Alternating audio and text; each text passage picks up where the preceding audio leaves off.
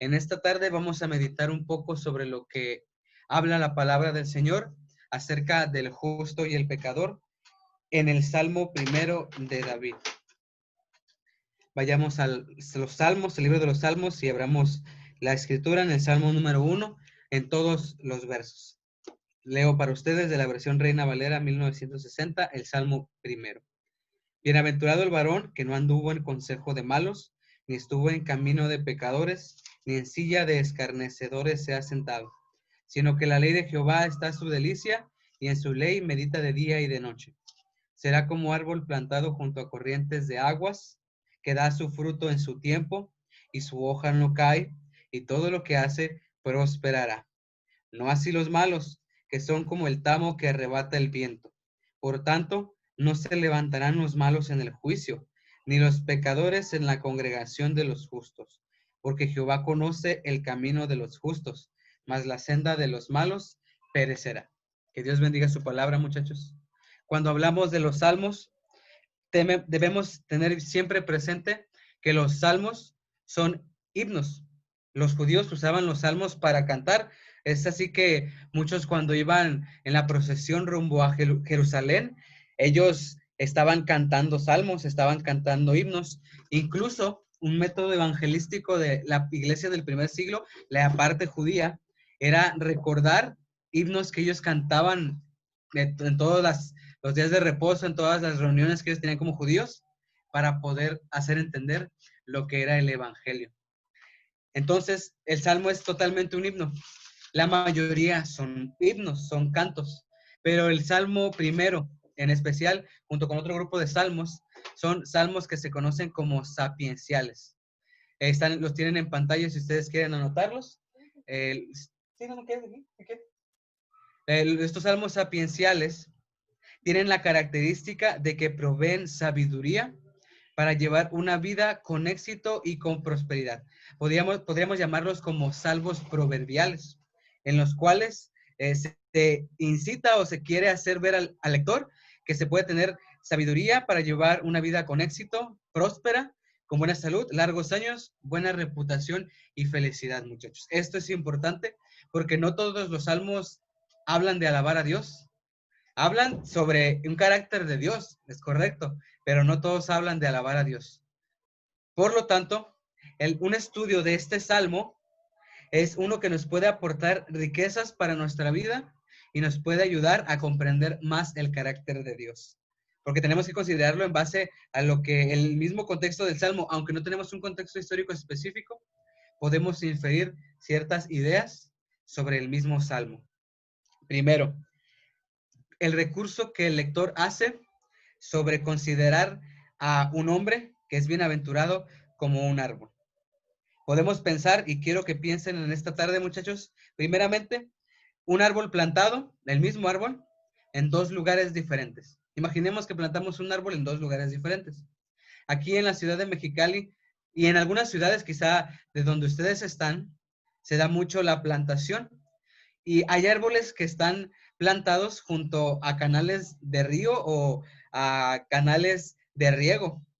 Y estos árboles tienen una característica que es muy poco probable que se marchiten o que vayan a sufrir por la falta de agua. Pero también imaginemos un árbol plantado en la intemperie, como ven en la imagen de la derecha. Es un árbol que está en lo seco, que no tiene manera de conseguir agua, no tiene tierra quizá en la cual pueda crecer, una tierra buena, y la condición de este árbol es muy diferente. Vemos estos dos árboles y yo les pregunto, ¿cuáles serán las ventajas de un árbol plantado bajo control? ¿O cuáles serán las ventajas de cada uno de estos árboles? Podríamos decir, el árbol que está plantado junto a canales de riego, junto a surcos de riego, tiene muchísimas ventajas. Claro es que va a haber muchos organismos que se van a intentar aprovechar de él, pero no le va a faltar agua, no le van a faltar nutrientes. A diferencia del árbol que está plantado en la intemperie, donde el sol lo puede afectar, lo puede secar, el agua le falta, la tierra no le ayuda. Entonces, esto es y en especial el salmo, este primer salmo, es una analogía de un árbol plantado bajo control. Un árbol que se planta y que quizá no es necesario que tengamos que revisarlo, que tengamos que cuidarlo, porque las condiciones en las cuales es plantado están totalmente bajo control.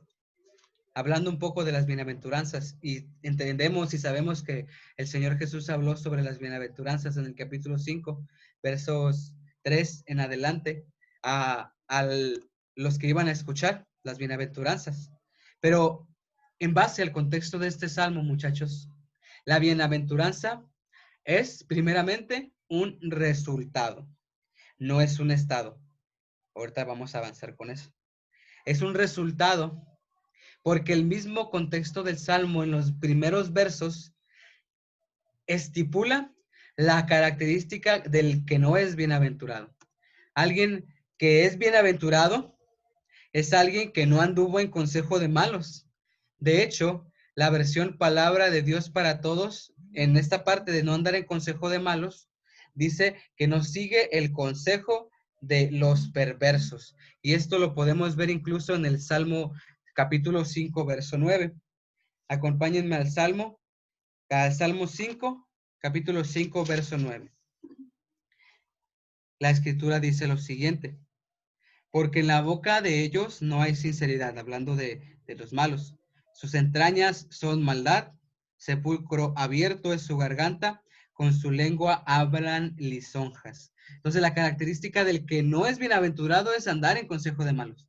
Y alguien que es bienaventurado, en el contexto del Salmo, es alguien que no anda en el consejo de los malos o no sigue el consejo de los perversos. Otra característica del bienaventurado es aquel que no está en camino de pecadores. Y vean cómo la Reina Valera actualizada lo define. Es aquel que no se detiene en el camino de los pecadores. Una cosa es estar caminando en una calle, una avenida peligrosa, en una hora tarde de la noche. Pero imagínense, detenerse y esperar a que lo malo venga, en una calle peligrosa, en una calle sin iluminación. El Salmo 17, capítulo 17 y verso 4 dice lo siguiente con respecto al camino de los pecadores. En cuanto a las obras humanas, por la palabra de tus labios, yo me he guardado de las sendas de los violentos. Guardarse de las sendas es no detenerse en el camino, no ver lo que está en el camino de los pecadores para detenernos y quizá experimentar lo que hay ahí. Es característica de la bienaventuranza, es el resultado que es la bienaventuranza. Pero además, el mismo Salmo dice que el bienaventurado no se ha sentado en silla de escarnecedores. La nueva versión internacional dice que no cultiva la amistad de los blasfemos. Y esto es un cambio total de dirección. ¿Cómo pasamos de no habernos sentado en silla de escarnecedores a no cultivar la amistad con los blasfemos? Fíjense que al profeta Jeremías le pasó algo similar. Y si nos vamos a Jeremías capítulo 15, capítulo 15 y verso 17, el profeta está en una situación similar. Pero en su argumentación y en su defensa, el profeta habla algo interesante. Jeremías capítulo 15, verso 17, dice lo siguiente: no me senté en compañía de burladores, ni me engreí a causa de tu profecía. Me senté solo porque me llenaste de indignación. El profeta, en el contexto de él mismo, del profeta, está hablando de no aprobar o no estar donde los malos están. Precisamente, la imagen de la silla es una que todavía podemos asociar un poco. El que está en la silla, por eso decimos nosotros en nuestros tiempos la silla presidencial, porque sabemos que la silla no es importante. Lo que importa es la posición de la persona que está sentada en ese lugar. También los reyes tenían sus sillas, pero era un trono, a final de cuentas era una silla. En los mandos militares, los altos mandos tienen su lugar, tienen su silla, porque la silla conlleva estar juntos y aprobar lo que se está diciendo. Por eso es que a Jesús lo acusaban, porque se sentaba con los publicanos, con los pecadores, con las rameras, Y fíjense que no lo están acusando porque se sienta nada más literalmente. En la cultura judía, el que se sienta aprueba lo que está alrededor de la mesa. Si Jesús se sienta con pecadores, aprueba estar con pecadores y aprueba su conducta. Si Jesús se sienta con rameras, aprueba estar con rameras y aprueba su conducta. Entonces, el sentarse es precisamente como la nueva versión nos dice, cultivar la amistad, aprobar lo que se está diciendo. Es parte de las bienaventuranzas o de la bienaventuranza. Pero también la bienaventuranza, decíamos que es un resultado, pero también es constante, no es momentánea, muchachos. La bienaventuranza es constante. Una vida bienaventurada, jóvenes, a diferencia de lo que podrían ustedes pensar o podríamos pensar, es una vida que permanece constante en ideas, principios y preceptos prácticos, no teóricos, prácticos, que no tienen un lapso temporal, más bien permanente y trascendente. ¿Qué quiero decir? Que la bienaventuranza no es del momento. Soy bienaventurado a las 7 de la mañana y a las 10 dejo de ser bienaventurado. O soy bienaventurado cuando duermo y despierto sin ser bienaventurado. Es totalmente constante. No es bienaventurado, muchachos, y pues voy a decir esto con cuidado, no es bienaventurado aquel que escucha un sermón. No es bienaventurado aquel que participa de un rito religioso. No es bienaventurado aquel que asiste, entre comillas, a una iglesia, entre comillas. Estas no son características de la bienaventuranza, muchachos, porque todas estas cosas son momentáneas. Todas estas cosas se acaban. Todas estas cosas tienen un fin. Pero yo les digo que no es bienaventurado hacer esto. Entonces, ¿qué es bienaventurado? Fíjense bien. En el mismo contexto del Salmo, el salmista nos da la respuesta. Déjenme regresar al Salmo primero. El mismo salmista nos dice quién es el bienaventurado, quién puede llegar a ser bienaventurado. El salmista primeramente nos expone que el bienaventurado es aquel que se deleita en la ley del Señor, en la ley de Adonai. Precisamente la palabra deleitarse en el idioma original significa complacencia, placer, agrado o algo precioso. Cuando nosotros nos deleitamos en la ley del Señor, estamos en un proceso constante aprendiendo, pero también encontrando deleite. Como ven en la imagen, algunos y muchos de nosotros escuchamos una canción que nos gusta y nos gusta escucharla y la escuchamos muchas veces y nos deleitamos escuchando una canción. O cuando ingerimos un dulce, una golosina, cómo nos deleitamos al poder llevar a nuestro estómago un dulce delicioso, un chocolate. Precisamente nuestros dulces favoritos, el de Melanie es el Ferrero Rocher, no haciendo publicidad, y el mío es el chocolate de el famoso Reese's que tiene crema de maní dentro. Y nos gusta, y cuando lo podemos comprar nos deleitamos comiendo esta golosina, este dulce. Entonces, la imagen de deleitarse, de tener placer, es eso mismo por lo cual somos bienaventurados. Cuando leemos este pasaje en la palabra de Dios para todos, fíjense cómo lo traduce. En el verso 2, en la parte 1, está su delicia. La palabra de Dios para todos traduce de la siguiente manera. Al contrario, le gusta la enseñanza del Señor y la estudia de día y de noche. Yo por eso quiero hacerles una pregunta. ¿Nos gusta la enseñanza del Señor? Les pregunto abiertamente, ¿les gusta la enseñanza del Señor? ¿Nos gusta? Porque es enseñanza de lo bueno, es cierto, pero es también enseñanza sobre lo malo. Es enseñanza para esperanza, correcto, pero es enseñanza para juicio y muchos quieren obviar esta parte y hacer como que no existe, que es enseñanza para juicio y para condenación. Pero el deleite de vivir y estudiar y que nos guste la palabra del Señor, como dice la palabra de Dios para todos, se encuentra en eso mismo, en saber que la palabra de Dios tiene enseñanzas para muchas cosas. Y voy a regresar a este punto más adelante. Son muchísimas cosas. Yo, un servidor que ha estudiado en el Instituto Bíblico, les puedo decir que nunca acabas de estudiar. Siempre hay algo nuevo que aprender. Así que es enseñanza en muchas materias. Pero el resultado y esto continuo, que es la bienaventuranza de encontrar el deleite del Señor, es precisamente eso, que nos guste. Cuando ustedes hacen algo que les gusta, no les pesa. Ustedes algo que les gusta, hacen algo que les gusta y lo hacen con ganas, con gusto, alegres, felices. ¿Por qué no hacerlo con la palabra del Señor? ¿Nos gusta la enseñanza del Señor? Pero también el bienaventurado es aquel que medita en la ley del Señor. Y de esto tengo un poco que hablar.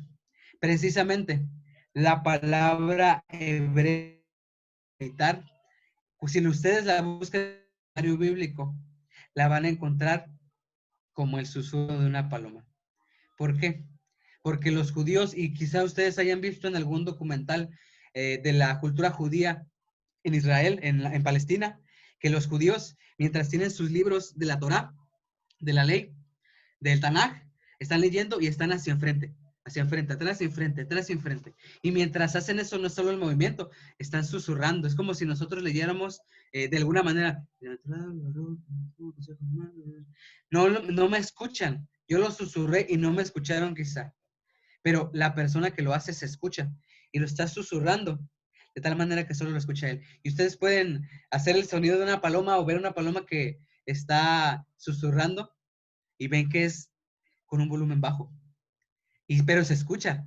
Y estoy seguro que la paloma escucha el susurro, pero nosotros no lo escuchamos tanto.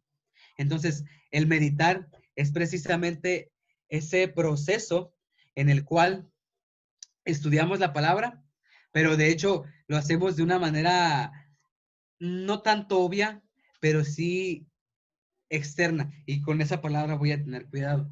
¿Por qué?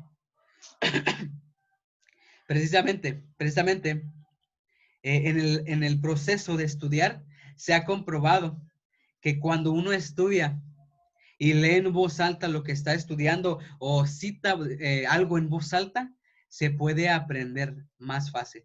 Si ustedes intentan aprender un texto bíblico y solo lo están leyendo, releyendo y leyendo y releyendo, pueden aprenderlo, sí, pero otras técnicas, de hecho yo tengo dos, es el hablar en voz alta y el de escribir lo que estoy aprendiendo. Hablar en voz alta es una técnica de enseñanza comprobada y altamente útil. Claro, decimos, bueno, es que vamos a susurrar como palomas, pero el punto es que lo estamos diciendo, si bien no nos escuchan alrededor, lo estamos diciendo. Entonces, por eso es que los judíos pueden aprender la ley fácilmente, porque ellos están cada día a día, noche y día, susurrando como palomas la ley del Señor. Están susurrando la escritura sagrada, el antiguo, lo que conocemos como el Antiguo Testamento. Por eso arrojo otra pregunta. ¿Con qué lapso estudiamos las escrituras? Vean que el salmista está diciendo que el bienaventurado es el que medita de día y de noche. Quizá no tengamos tanto tiempo por nuestras necesidades de trabajo, de estudio, para estudiar la Biblia. Yo comprendo eso.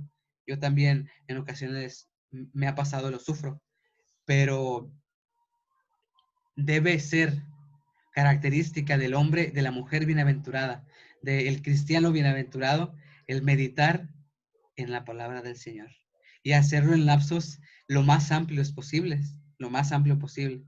Si no es posible mucho tiempo, por lo menos organizar un tiempo para hacerlo, pero hacerlo, como decíamos, con deleite también.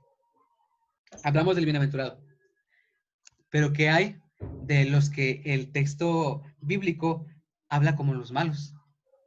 Y yo quisiera hacer una pregunta abierta y en esto quisiera que alguno me respondiera por el chat o en voz. Pregunto, ¿quiénes son los malos? No vayan a decir que los presidentes ni los políticos. Pregunto a todos, a los que están en esta sala, ¿quiénes son los malos?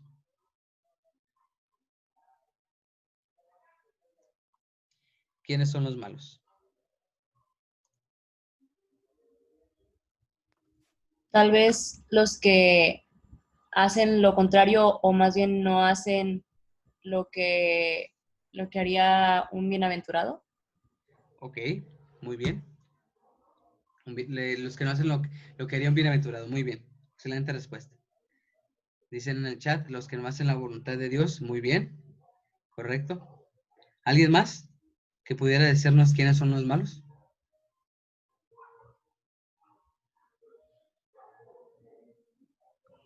Yo creo que también, en general, yo creo que la humanidad entra en el concepto de maldad, porque pues no hay justo ni aun uno. Ok, Todos y cada uno de nosotros tenemos algo de maldad en nosotros. ok, excelente. Excelente respuesta, mi hermano. Aunque ahí nos estaremos metiendo el tema de la justificación y el justo es alguien que es hallado justo por una autoridad, ¿no? Y ese es otro tema. Bueno, aunque vamos a tocar un poquito de eso, correcto, hermano. Esa que es, en general, podemos definir como la humanidad. Correcto. Muchas gracias, muchachos, por sus respuestas. Y están correctas. Pero vamos a meditar un poco en esta pregunta.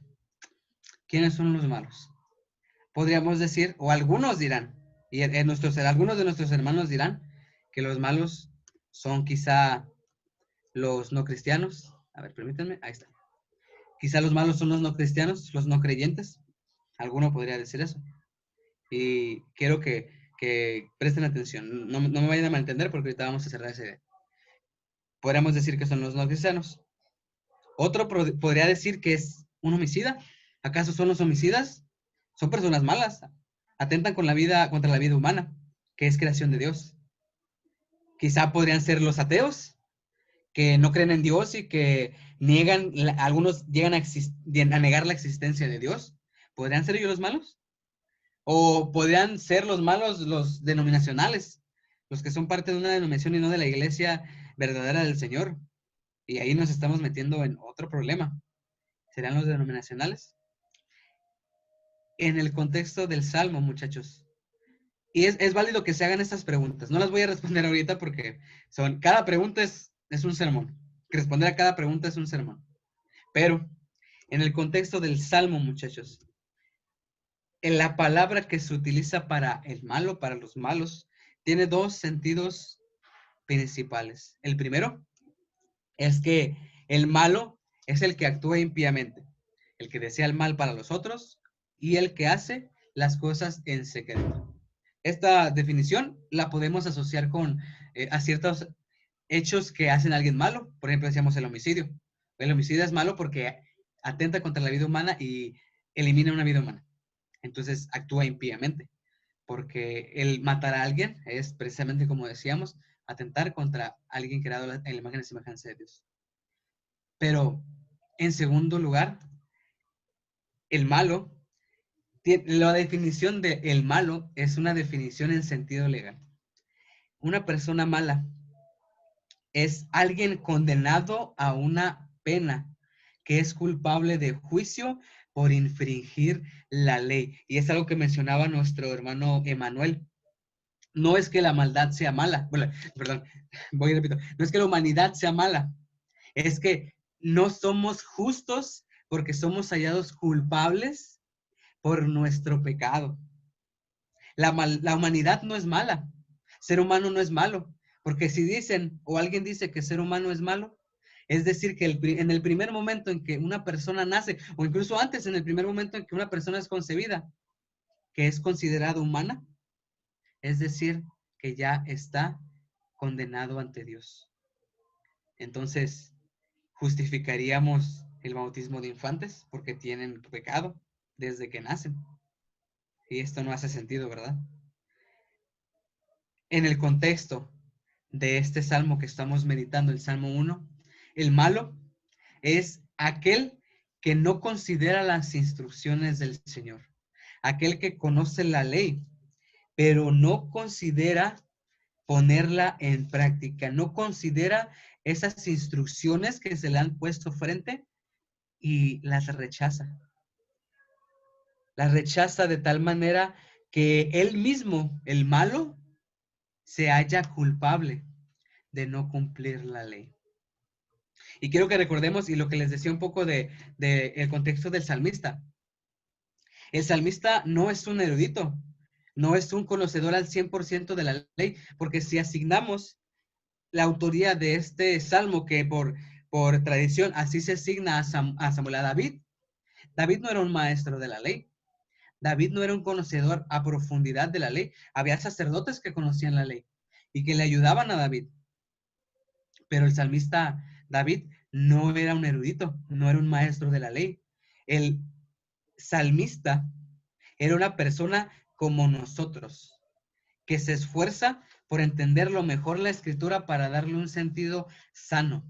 Pensar que el salmista, al hablar de la ley, es toda la ley que se halla desde el Génesis hasta el Deuteronomio, por ejemplo, porque incluso algunos consideran la ley todo los profetas y la literatura poética. Es atribuirle al salmista un conocimiento enorme y muy probablemente inexistente, muy probablemente irreal. El salmista es alguien como tú y como yo.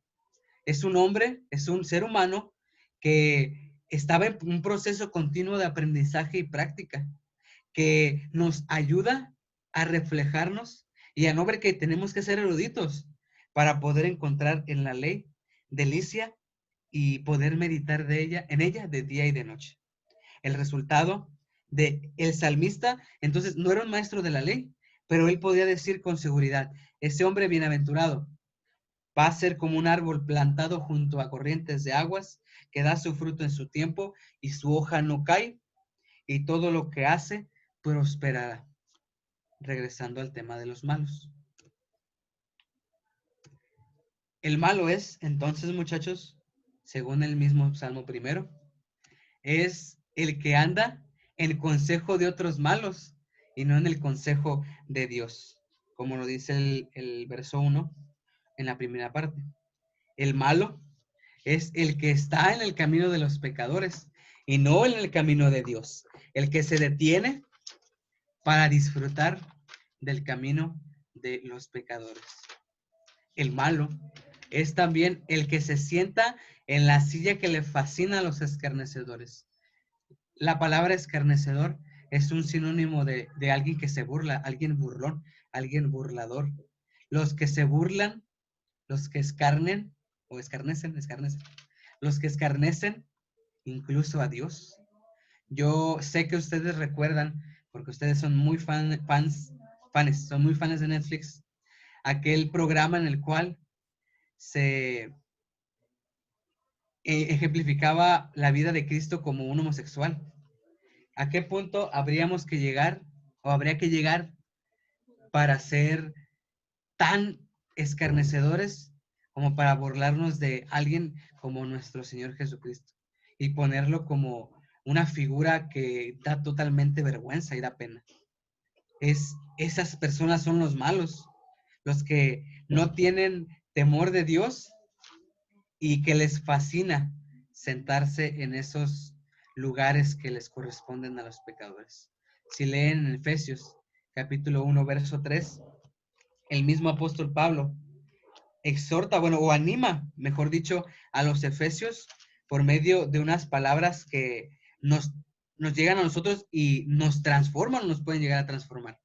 En el verso 3 del capítulo 1 de Efesios, el apóstol, fíjese lo que dice, en el verso número 3 del primer capítulo de Efesios. Bendito sea el Dios y Padre de nuestro Señor Jesucristo, que nos bendijo con toda bendición espiritual en los lugares celestiales. El bienaventurado, el cristiano bienaventurado, está sentado en lugares celestiales. Tiene la bendición y tiene esa gran bendición o ese gran regalo de poder estar en lugares celestiales. Ya no estamos en la tierra. Precisamente hablamos con unos hermanos sobre esto. Estamos en la tierra, pero no somos de esta tierra. Estamos sentados en lugares celestiales y estamos esperando a que nuestro Señor nos lleve completamente a esos lugares en los cuales estamos sentados. Pero no así los malos. No así los malos, muchachos. Se sientan en lugares que les fascinan a aquellos que hacen burla de todo. Para alguien malo, muchachos, Sodoma y Gomorra son como Edenes, como si fuera el jardín del Edén, Sodoma y Gomorra. Un lugar donde se puede hacer todo lo que uno quiera, donde no hay límites, donde no hay frenos, donde no hay control, donde no existe un límite bien estipulado de parte de Dios. Para el malo, Sodoma y Gomorra es el jardín del Edén. Es lo mejor, es el paraíso. Pero así son los malos.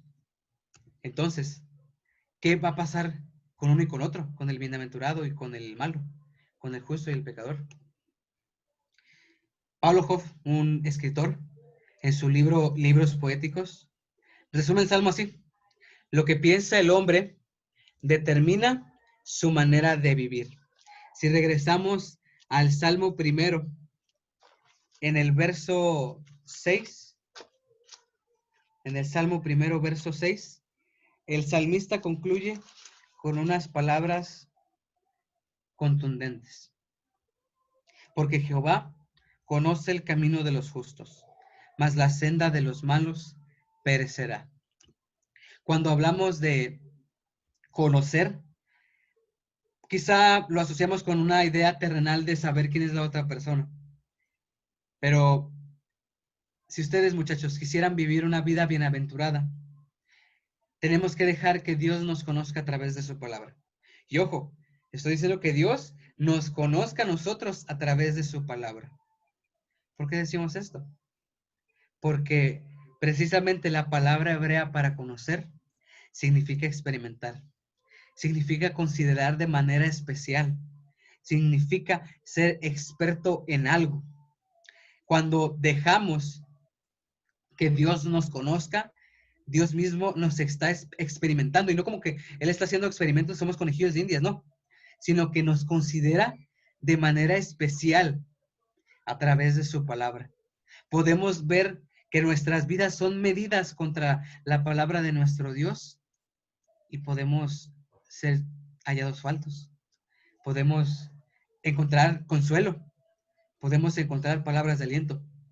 Pero esto, no porque nosotros veamos, mira, la palabra de Dios traduce lo que yo hago, sino que la misma palabra está leyendo nuestro ser. Dios nos está experimentando y nos hace saber lo que está mal en nuestras vidas. Por eso el Señor conoce y cuida.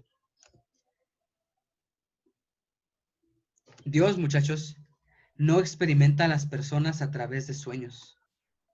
Dios no experimenta a las personas a través de manifestaciones del Espíritu. Dios no experimenta a las personas a través del estudio frío y sin propósito. De hecho, recordábamos un ejemplo de un hombre muy inteligente, un ruso llamado Isaac Asimov. Quizá ustedes lo recuerden porque él es el escritor de obras como Yo, Robot, que se le hizo una película en la cual Will Smith participó. Y este hombre, ustedes buscan en internet y escribió 2 libros: la guía de Asimov para el Antiguo Testamento y la guía de Asimov para el Nuevo Testamento. ¿Qué hizo Isaac Asimov? Estudió las evidencias que ratifican o contradicen al Antiguo y al Nuevo Testamento. Y estoy seguro que él ha hecho estudios más profundos que algunos de nosotros. Pero Isaac Asimov no experimentó a Dios. Dios no experimentó en Isaac Asimov, o no experimentó a Isaac Asimov, porque él estaba buscando un estudio frío y un estudio totalmente sin propósito espiritual, totalmente sin propósito celestial. Dios no experimenta a las personas así, muchachos. Dios experimenta a las personas a través de su palabra. Por eso el salmista dice, sino que en la ley de Jehová está su delicia. La ley estaba escrita. La ley estaba plasmada. Todos podían leer la ley, o bueno, podían conocer la ley por medio de un sacerdote que pudiera leer la ley. Y podían experimentar a Dios porque en la ley estaba la meditación de día y de noche. Si quieren experimentar a Dios a través de estas cosas que decimos, sueños, manifestaciones, estudio frío sin propósito, inténtenlo. Lo pueden hacer, pero estoy seguro que se van a encontrar muchísimos baches en los que no van a avanzar, hermanos. La única manera en que Dios nos conozca, que nos experimente, que como decíamos, que nos considere como algo especial o de manera especial es a través de su palabra. Por eso leemos que el mismo Dios a través de Pedro dice, vosotros sois nación santa, real sacerdocio, pueblo adquirido por Dios. Porque si la palabra no dice eso, nosotros no sabemos que tenemos esas tres características, que somos sacerdocio, que somos nación, que somos pueblo y pueblo adquirido. Es la única manera en la cual nosotros podemos ser experimentados por Dios, a través de su palabra. El Señor cuida, muchachos, porque el resultado para los malos es totalmente contundente. Su senda va a perecer. ¿Perece por qué? Porque los malos han decidido andar en consejo de otros malos. La senda de los malos perece porque siguen camino de pecadores o siguen en caminos de pecadores. La senda de los malos perece porque el malo ha decidido sentarse en camino de escarnecedores, en camino de burladores, que no tienen en cuenta a Dios y peor aún, hace burla de él. Hace burla de todo lo bueno que Dios ha sido con él y con nosotros también. Para concluir,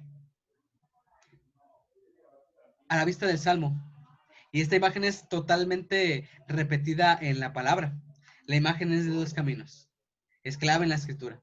Ustedes si leen Mateo capítulo 7, versos 13 y 14, pueden ver la imagen de dos puertas, una ancha y otra angosta, porque solo hay de dos, como decimos vulgarmente, solo hay dos sopas, camino de pecadores o camino de justos. Bye. Perdón, que se va la hermana de mi novia. Bueno, decíamos, hay solo dos imágenes, la de dos caminos. Y por eso también vemos que hay otras imágenes de dos caminos. Hay una puerta ancha y una puerta estrecha. Hay el sabio que puso su casa en la roca y el insensato o el necio que puso su casa en la arena. Por eso es que esas imágenes de dos son claves en la escritura. El camino para la condenación está totalmente abierto y muy abierto. Por eso la misma escritura dice que en la puerta es ancha. Pero el camino de salvación también está abierto a todo el que quiere entrar. Si ustedes leen en Apocalipsis, capítulo 22, verso 17, la palabra dice lo siguiente, en Apocalipsis 22, 17. Y el Espíritu y la esposa, esto es la iglesia, dicen, ven. Y el que oye diga, ven. Y el que tiene sed, venga. Y el que quiera tome del agua de la vida gratuitamente. La senda de la salvación no está cerrada, muchachos. No está bloqueada. Cuando al Señor lo pusieron en la tumba, bloquearon la tumba con una piedra, esperando que no se lo robaran los discípulos. Pero, oh, sorpresa, el mismo Señor abrió la puerta y nos ofrece salvación. Y ese camino, esa piedra que estaba puesta en la tumba, ya está abierta. Los dos caminos conducen a un destino.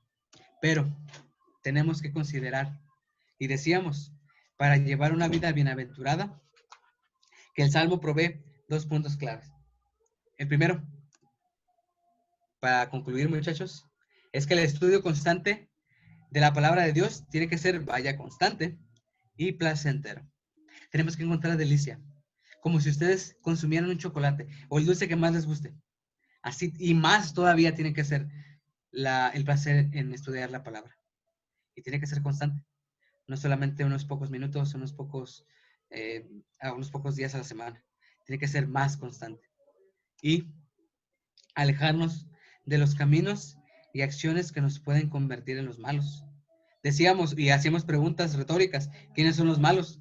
Pero fíjense que es muy fácil ser el malo cuando tenemos en cuenta que los malos pues son los que se detienen en caminos de pecadores, los que andan en caminos de otros malos, los que son escarnecedores y los que se burlan. El proceso, y volvemos al ejemplo del árbol. El proceso de plantar un árbol es totalmente consciente. Podemos plantar un árbol en tierra seca, si nosotros lo deseamos, en una tierra infértil o en una tierra muerta, si nosotros lo deseamos. Pero Podemos plantarlo en tierra fértil, abundante, cerca de corrientes de agua.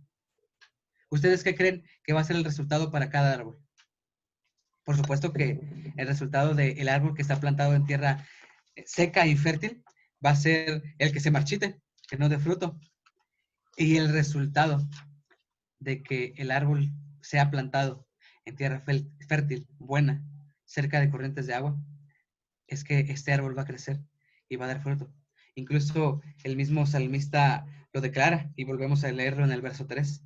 Ese árbol será que está plantado junto a corrientes de aguas, da su fruto en su tiempo y su hoja no cae y todo lo que hace prosperará. Si nosotros decidimos tomar esa acción consciente de ser plantados cerca de corrientes de aguas, podremos disfrutar de los beneficios de estar cerca de las aguas. Y recordamos cuando el Señor Jesús habla en la fiesta de Jerusalén, en Juan, déjenme les digo, Juan creo que es 7 u 8. En Juan capítulo 7, versos 37 al 39. El Señor está hablando sobre agua, pero no cualquier agua. Juan capítulo 7, verso 37 en adelante al 39 dice lo siguiente. En el último y gran día de la fiesta, Jesús se puso en pie y alzó la voz, diciendo, si alguno tiene sed, venga a mí y beba. El que cree en mí, como dice la Escritura, de su interior correrán ríos de agua viva. Esto dijo del Espíritu que habían de recibir los que creyesen en él, pues aún no había venido el Espíritu Santo, porque Jesús no había sido aún glorificado. Nosotros tenemos una ventaja grande con respecto a muchos de los hombres de la Escritura. Nosotros tenemos el Espíritu de nuestro Señor. Podemos ser plantados junto a corrientes de aguas. Podemos gozar de los beneficios de entrar por el camino de salvación. Podemos ser hallados justos y hallados bienaventurados de manera constante y como resultado de nuestro diario vivir. Pero la decisión al final de cuentas es nuestra. Recuerden que la exhortación de la palabra es que hay dos caminos. Solo hay dos caminos que ustedes pueden recorrer. Hay dos tierras en las cuales pueden ser plantados y hay dos resultados de lo que hagan o no hagan en esta tierra, muchachos. Yo les animo a que continúen, a que se planten en aguas, en surcos de aguas, porque así, como árboles, ustedes van a poder dar fruto. El árbol naturalmente da fruto cuando está plantado junto a corrientes de aguas, claro, si es un árbol frutal. Y así nosotros, si somos plantados cerca de las aguas vivas, que es la palabra de nuestro Dios, y hallamos deleite al estudiar, nos alimentamos de esas aguas que están al lado de nosotros y meditamos de día y de noche, podremos gozar de los beneficios de esa situación, de esa gran bendición. Que el Señor les bendiga, muchachos. Si tienen alguna duda, alguna pregunta, la pueden hacer. Con todo gusto estoy a su disposición. Gracias, Alex. Gracias por exponernos el mensaje de Dios en esta noche. Un mensaje muy edificante. Le pedimos a nuestro Dios que te siga bendiciendo grandemente y te llene de sabiduría y de conocimiento y que te siga utilizando también para llevar el mensaje de nuestro Dios a muchos lugares y más ahora, hermano, que te has preparado para servirle directamente a nuestro Dios.